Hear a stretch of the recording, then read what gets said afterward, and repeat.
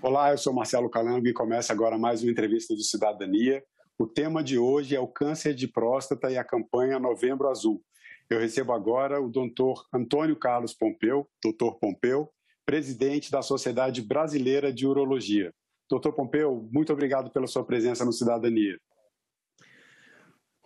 Eu que agradeço, Marcelo. É uma honra participar desse programa de prestação de serviço pública e eu deixo você à vontade de questionar-me do que você julgar necessário. Muito obrigado, não em meu nome, mas em nome da Sociedade Brasileira de Urologia, que congrega 5.000 membros. Da mesma forma, eu faço meu agradecimento em nome de toda a equipe da TV Senado e da instituição Senado Federal.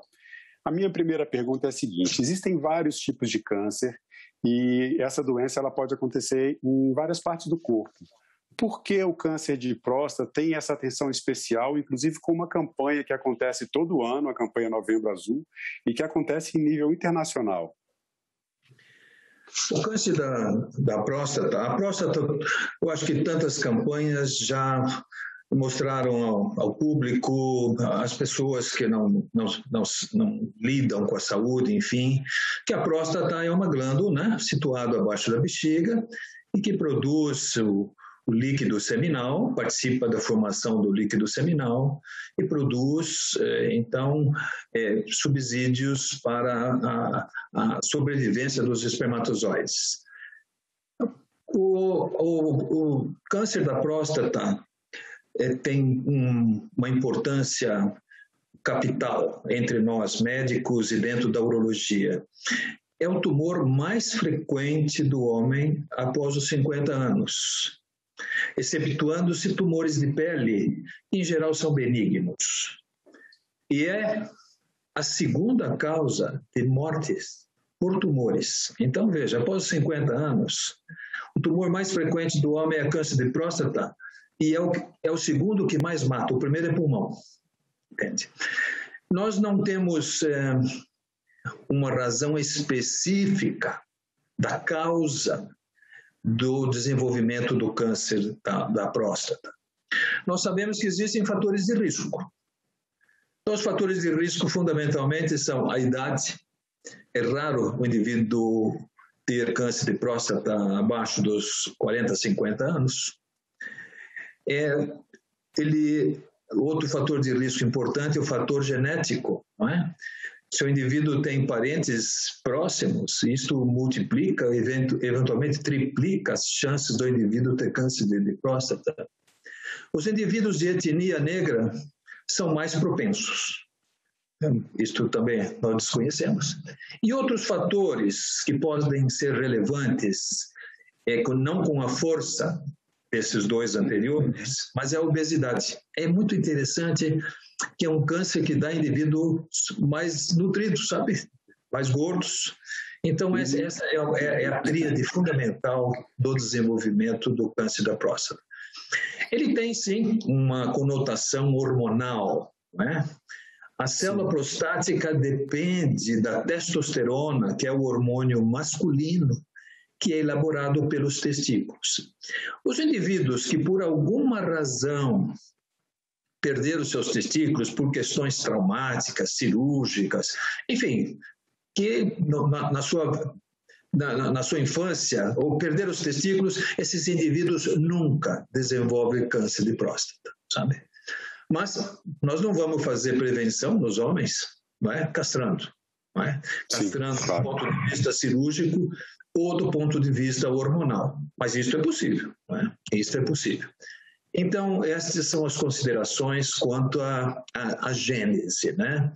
Ela é desconhecida. E, então, a prevenção do câncer de próstata, Marcelo, a coisa mais importante é fazer esse diagnóstico precoce. Porque quanto mais cedo, melhor, né? Exatamente. E é uma fase que, em geral, o tumor é assintomático. Se você detecta um câncer de próstata em fases iniciais, quando ainda ele está localizado na próstata, quando ainda não deu filhotes, não deu metástases, a chance de cura é muito grande hoje em dia. Nós temos cirurgias específicas, temos a radioterapia, temos outras modalidades também. Mas, quando o tumor está avançado, principalmente quando ele saiu da próstata e deu metástases, as oportunidades de cura já são muito menores. Então, nossos objetivos como médicos passam a ser controle da doença e diminuir a sua velocidade de crescimento. Então, veja que existem opostos, né? Pontos opostos. Então, a nossa meta dentro da medicina, fundamental com relação ao câncer da próstata, é o diagnóstico precoce. E diagnóstico... Sim, não, pois não? Que esse é o ponto, né? O senhor comentou agora já sobre a possibilidade de cura, né? Essa era uma pergunta também pertinente nessa nossa entrevista. O senhor já adiantou que existe a possibilidade de cura e chegou nesse ponto do diagnóstico. Senhor, desculpa interromper, mas é porque esse é um ponto bastante importante da nossa conversa. O câncer de próstata, então, ele tem cura e as chances de cura são maiores quanto mais cedo se detecta. Mas é uma doença que é uma doença, como o senhor acabou de falar também, é silenciosa. Então, no início, a pessoa não tem sintomas, não tem nenhuma evidência, algo que aconteça que possa dar um sinal ainda na fase inicial. Esses sinais, normalmente, quando o homem percebe, é porque a doença já avançou pelo menos um pouco. E daí a gente tem 2 exames que são os mais conhecidos, que um é o exame de PSA, vou pedir para o senhor explicar o que é, e o exame do toque retal. Esse segundo é o mais conhecido e é o que tem maior resistência por parte dos homens. Aí entra a questão de medo, vergonha, preconceito, uma série de objeções que, na verdade, no meu entendimento, são falta de informação. Eu queria que o senhor falasse sobre a importância desses 2 exames para que os pacientes consigam identificar, quando acometidos pela doença, o mais cedo possível e aumentar essas chances de cura que o senhor já estava comentando. É exatamente isso, né? Então, quais são as nossas diretrizes com relação aos homens? Como esses tumores se instalam, em geral, em pacientes mais idosos, e nós estamos considerando aqui indivíduos jovens, mas para o tumor é importante. Então, o que se preconiza é que após os 50 anos, como os tumores são assintomáticos, sem sintomas, entenda-se, então, o que se preconiza é que eles façam uma primeira avaliação clínica. E o que nós, então, preconizamos, você tem 50 anos, você já foi ao médico para fazer uma revisão geral, né? E o que se advoga, olha, 50 anos eu vou ao médico para ver se a minha saúde está integral, não é? Porque existem tantas doenças graves que não dão sintomas no começo. Olha a hipertensão arterial, e que mata tanta gente. O diabetes na sua fase inicial, às vezes alguma insuficiência cardíaca inicial. Então, isso é extremamente importante. Então, nesse primeiro exame, a gente sempre diz, olha, vamos ver como é que está a sua saúde geral. Mas, olhando para a próstata, que é o objetivo da sua pergunta, existem alguns exames, sim, que são fundamentais. Primeiro, antes do exame, o médico deve questionar a história do paciente. Marcelo, o diagnóstico se faz com a história, com o exame físico e com exames complementares. É este o tripé de todos os diagnósticos dentro da medicina. Quando nós pulamos um desses, aí eu vou fazer só lá um exame de sangue, isso falha muito. Então nós temos que ter paciência. É isso que se preconiza no ensino médico, né? Então, a história, saber se o indivíduo tem alguma queixa urinária, e pode não ter nenhuma, que queixa que ele pode ter? Começar a ter dificuldade para urinar, o jato da urina está mais fino, ele levanta muitas vezes à noite, tem dificuldade. Isto pode significar um problema prostático, benigno ou maligno. Porque as doenças da próstata não se resumem apenas ao câncer, né? O tumor benigno, um dos tumores benignos mais frequentes no homem é a hiperplasia benigna da próstata, que é o aumento da próstata. Todo homem tem, quase todos temos, não é? Mas prostatites, infecções prostáticas podem dar sintomas, não é? Mas em geral em indivíduos mais jovens, e o câncer da próstata, que pode ou não ter sintomas. Mas para indivíduos que é assintomático, fizemos a história, nada levantou como suspeita. Vamos ao exame físico desse paciente. Dentro do exame físico geral, né, tira a pressão, ausculta cardíaca pulmonar, etc. Vamos ao exame digital retal. A introdução do dedo do digital no reto do dedo e junto à próstata, e a próstata ela é encostada no reto, né? É uma membrana da parede retal, uma membrana, e está encostado na próstata, de tal maneira que nós podemos avaliar a próstata numa boa extensão, não a extensão toda, mas uma boa extensão. E ali existem alguns parâmetros que nós consideramos de normalidade para aquela faixa etária ou de anormalidade que levantam uma suspeita. Quais são? O tamanho da próstata pode ser maligno ou benigno, há aumento. Mas a consistência da próstata é muito importante. Em geral, um tumor da próstata, se já está crescidinho, aspas, é uma área endurecida e irregular. E a próstata, em geral, tem uma consistência do nariz, sabe? Consistência de cartilagem, esse é o normal. E o câncer, em geral, é uma área endurecida, se ele já tem tamanho para isto. Nem sempre, numa fase inicial, o toque pode ser normal, né? Mas vamos supor que seja normal ou que tenha essa irregularidade. Como é que nós continuamos? Vamos agora para a fase de exames complementares. Existem vários exames complementares para avaliação geral, mas voltado para a próstata, nós pedimos a dosagem do PSA. O PSA é uma glicoproteína, é uma proteína que é fabricado fundamentalmente só pela próstata. De tal maneira que no sangue você dosa o PSA e ele está elevado, isso significa que alguma coisa está acontecendo com essa sua próstata. Pode ser infecção, pode ser um tumor benigno ou pode ser um tumor maligno. Então, é um indicativo apenas, né? É muito importante. Eu falei do tripé. Por vezes, o indivíduo tem uma história pobre, não tem nenhuma queixa. O PSA está normal, mas o toque está anormal.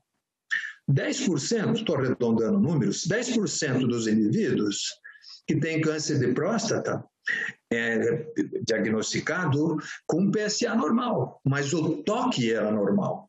Então, é absolutamente importante que se faça para um diagnóstico precoce tudo isso que eu disse, a história, o exame, o toque retal e a dosagem do PSA. Subiu o PSA, eu preciso esclarecer. Será que é porque a próstata está aumentada? Será que ele tem um tumor? Será que ele tem uma prostatite, um câncer de próstata?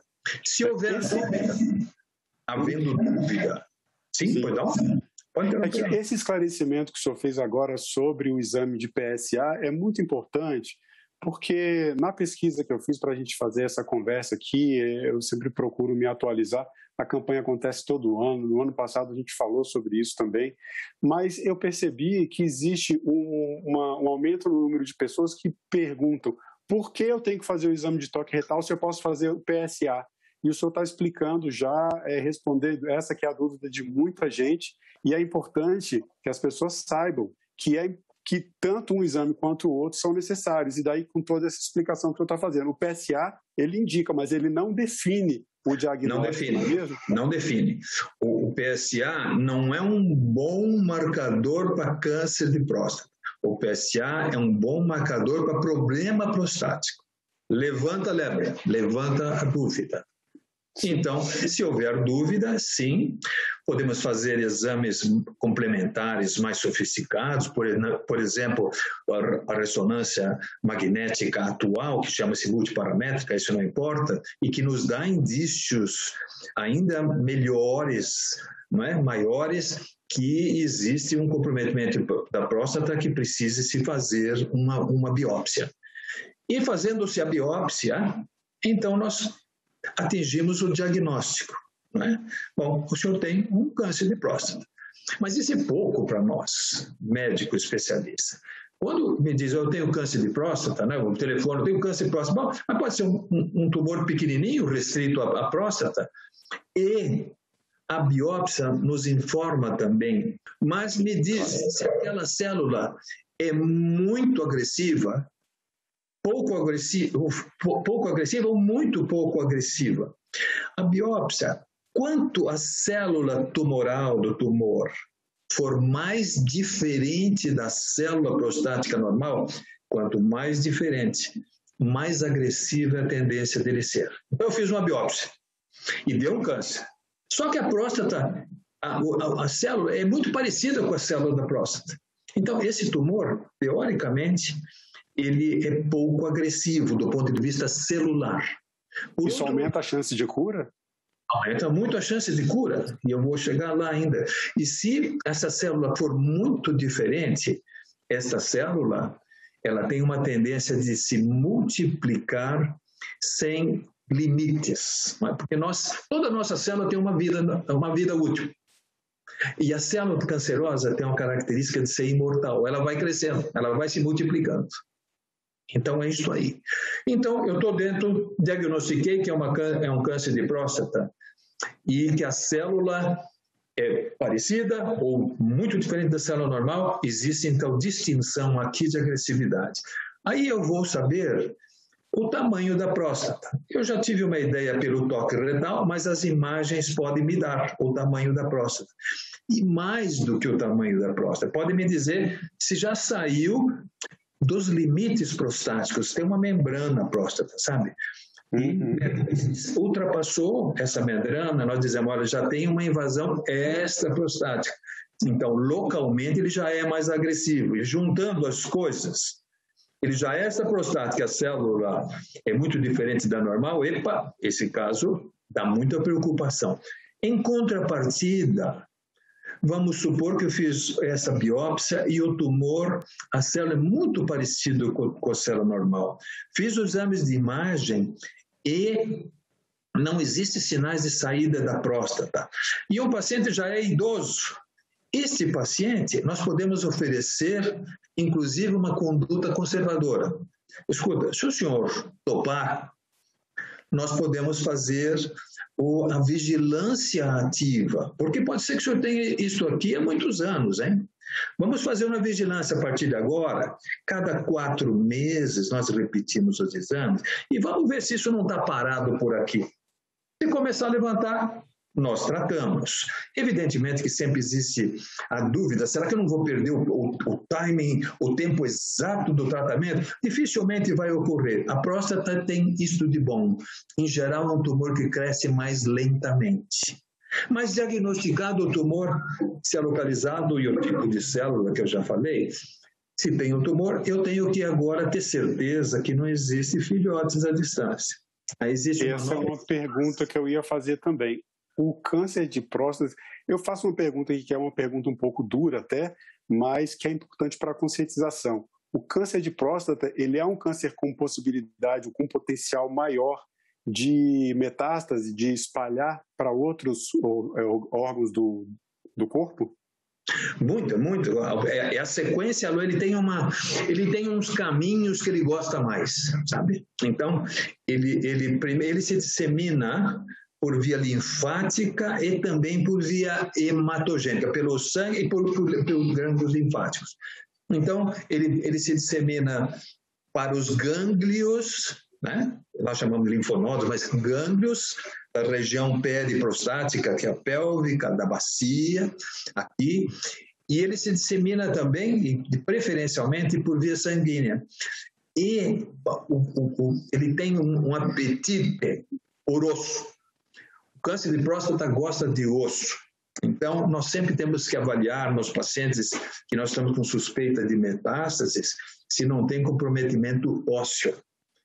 E existem exames específicos que nos permitem examinar os ossos. Então, no tratamento do câncer da próstata, nós passamos por várias fases do diagnóstico, do que nós chamamos de estadiamento, que nós queremos saber enquanto este tumor está invadindo a economia orgânica, e aí vamos falar em tratamento, que pode ser desde não fazer nada e acompanhamento, vigilância ativa, até o tratamento de tirada do tumor, que nós fazemos muito, que é a retirada cirúrgica da próstata inteira, não é do tumor benigno, é diferente da cirurgia. Tira totalmente a próstata, a vesícula, tira os gânglios, não é? Que pode ser feito por cirurgia convencional aberta, existe uma evolução da cirurgia, torna-se menos agressiva, que é a robótica, é a mesma cirurgia. Só que uma tem uma incisão, a outra tem os furos, mas é uma evolução que todos devem ter conhecimento. E quando o tumor tem metástase, não adianta tirar a sua próstata. Ele tem filhote lá fora. Então, aí já está complicada a situação, né? Isso já é um estágio avançado. Como nós sabemos que o tumor da próstata depende muito do hormônio masculino, da testosterona, o tratamento desse tumor disseminado, principal, a chave do tratamento, existe adendos, mas é o bloqueio da testosterona, sabe? Então é isso aí. Ou se dá medicações que bloqueiam a testosterona, ou seja, uma castração química, ou se faz uma cirurgia de tirar o miolo do testículo que fabrica a testosterona. Essas são as meias. Se escapar, tem ainda a quimioterapia, temos outras modalidades. Hoje, a gente se investe demais em câncer de próstata. Você imagina? No mundo inteiro é o tumor mais frequente, né? Excetuando-se pele, e isso representa uma fortuna. Claro, eu acho interessante porque com todos esses... O senhor acabou de dar uma aula aqui sobre o câncer de próstata, sobre como ele se dissemina, sobre os riscos que isso pode trazer para o paciente, a importância do diagnóstico precoce, dos exames regulares, especialmente para as pessoas que já estão com 50 anos. É o meu caso, eu já passei dos 50, eu estou com 52 anos, eu fiz o exame, é um exame que é rápido, a gente ouve muita história, principalmente quando é mais jovem, muito preconceito ainda em volta desse exame, especialmente no caso do exame de toque retal, mas é um exame muito rápido, é um tempo mínimo da nossa vida, e olha depois quantas consequências o câncer de próstata pode ter na vida de uma pessoa, para a saúde da pessoa, ou esses outros tratamentos mais invasivos. Doutor Pompeu, a gente está chegando já perto do final da nossa entrevista. Eu acho que vale aqui a gente fazer umas recomendações de saúde, de cuidado, né, de prevenção que as pessoas podem ter para evitar. A gente sabe que não é totalmente evitável, já que não é possível identificar exatamente de onde ele vem. Mas existem alguns hábitos de saúde que a gente pode ter para evitar o câncer de próstata e outras doenças. Eu queria que o senhor falasse brevemente sobre isso. Então, veja você que tem coisas que não tem jeito de fazer, né? Não tem jeito de prevenir. Quando eu digo que ele é mais frequente depois dos 50 anos, eu não tenho como impedir que o indivíduo envelheça. Mas isso aí não tem jeito. Tem coisas que não tem jeito de fazer. O sujeito tem um componente genético, e que dá para saber nos familiares, inclusive, tem um componente genético, você já nasceu, está com aquele componente, então não tem jeito. Então, o que eu devo fazer? Hábitos, como você disse, né? Quer dizer, hábitos salutares, é para a saúde geral, não é? Então, você deve ter uma dieta equilibrada, deve evitar a obesidade, não é? Cuidar das suas, isso vale para a saúde geral, né? Cuidar da sua saúde geral, diminuir o estresse, né? Estresse interfere com a nossa resposta imunológica, né? Não é fácil falar para o sujeito, você precisa ter menos estresse, mas da onde que eu tiro o meu sustento, né, doutor? Essa é a coisa. Mas, então, o que nós preconizamos, não é que os indivíduos, depois dos 50 anos, mesmo que sejam sintomáticos, procure atendimento médico para fazer essa avaliação. Se ele pertencer a um grupo de risco, ou seja, tem os familiares com câncer de próstata, ou mesmo mãe, tias com câncer de mama, que são parecidos à origem, esses pacientes devem procurar atendimento médico, a sua primeira exame, a partir dos 45 anos. Essas são as orientações básicas. Então, qual é a nossa missão em Novembro Azul? Nossa missão é conscientizar o paciente, as pessoas que não são pacientes ainda. As pessoas com câncer de próstata é muito importante, é muito frequente, e se diagnosticar precocemente ele pode ser curado. Se ele deixar passar do ponto, fica mais difícil e a qualidade de vida diminui, e que deve procurar o médico. E, nesse momento, o novembro, nós dedicamos a essa conscientização. E estamos recebendo um apoio muito grande do Ministério da Saúde.